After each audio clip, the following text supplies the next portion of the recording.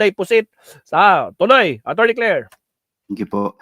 On another topic lang po, yung si Senator Bato de la Rosa, medyo nag-react po siya doon sa yung pag-welcome ng pala sa legitimate opposition, pero parang lalabanan yung mga obstructionists. Ang sabi po ni Senator de la Rosa sa interview po namin ay yung hindi raw po haharang yung Duterte block sa mga programa at batas.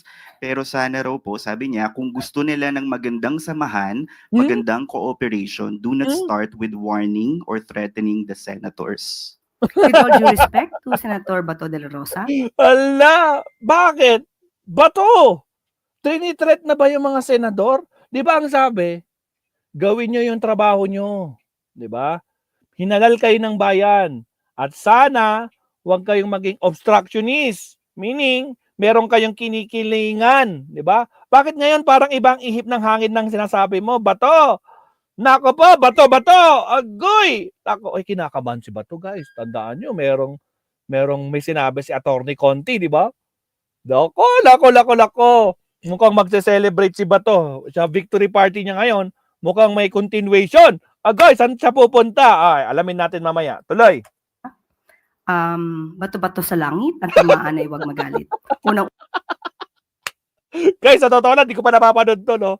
My goodness. Bato-bato sa langit, huwag magagalit. Bato! Nasasaktan si Bato sa statement ni Attorney Claire kahapon nung isang araw. Di ba? Obstructionist. Tapos yung isa, meron yung isang term na sinabi si Attorney Claire. Yung term na sinabi niya? Basta yung kontra. Kumukontra sila, kumukontra sila sa gobyerno dahil meron sila pinaglalaban sa bayan. Yung obstructionist, kumukontra sa gobyerno dahil meron silang pinoprotektahang tao. Nakapaw! May natamaan! Attorney Claire! Nakapaw! Papanoodin natin mamaya yung obstructionist na yan. Okay, tuloy. Pasok, Attorney Claire. Una po, wala tayong pinangangalanan kung sino man. Ito po ay pangkalahatan. Ang nais po natin sa taong bayan ay huwag maging obstructionist para magtuloy-tuloy po ang mga gandang proyekto at programa ng Pangulo at ng administrasyon. Wala po tayong tinireten. Wala po tayong tinireten na senador. Wala nga tayong natreten, Attorney Claire, pero tinamaan sila, tagus, meaning guilty. Putragis. Bato sa langit. Ang tamaan, huwag magagalit.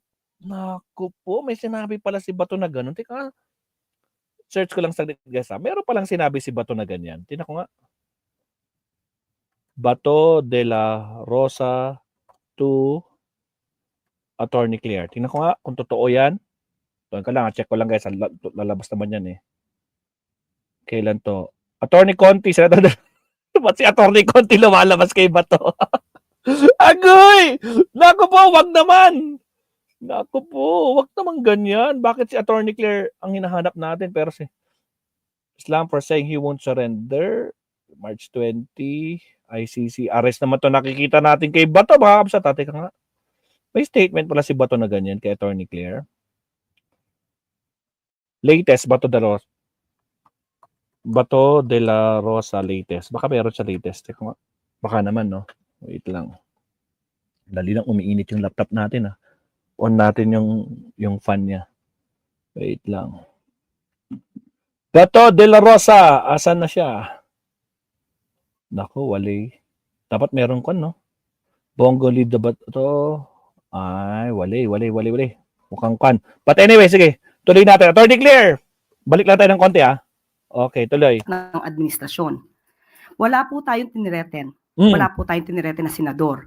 Sana po ito ay napakinggan man lang sana niya yung mga words na aking nasabi para siguro po maiiba ang kanyang impresyon at ang kanyang tugon kung nadinig niya yung buo kong sinabi.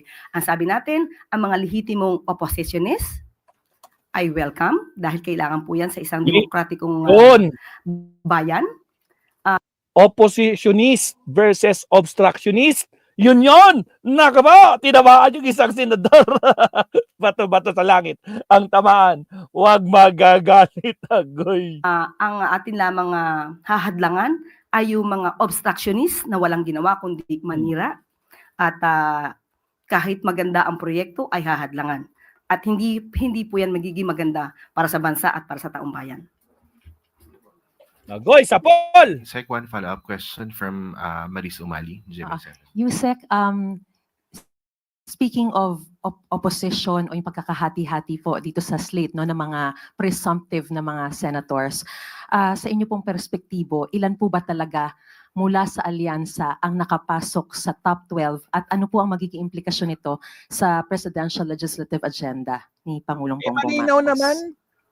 Ala, di nila Sa ngayon alam. po, ang bilang po ay 6 na nakapasok. Pero tapos na po ang eleksyon. Nagsalita na rin po ang taong bayan. Sa paningin po ng Pangulo, wala na pong alyansa, wala pong PDP, walang anumang kulay ng politika.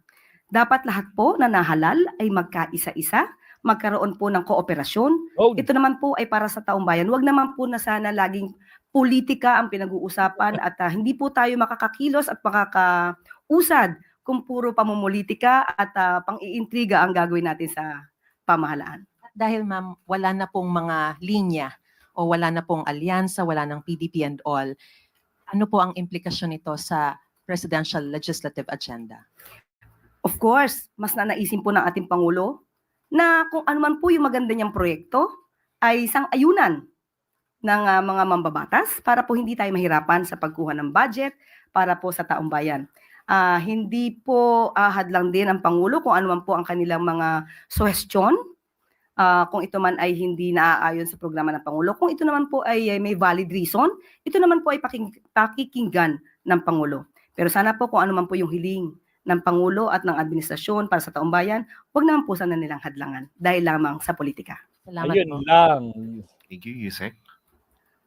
At bago po tayo magtapos, tuloy-tuloy pa rin po ang pagbebenta ng 20 pesos kada kilo. Agoy, magagalit sila dyan. Sabi nila, nung election lang yan, yung 20 pesos sa Atty. Claire.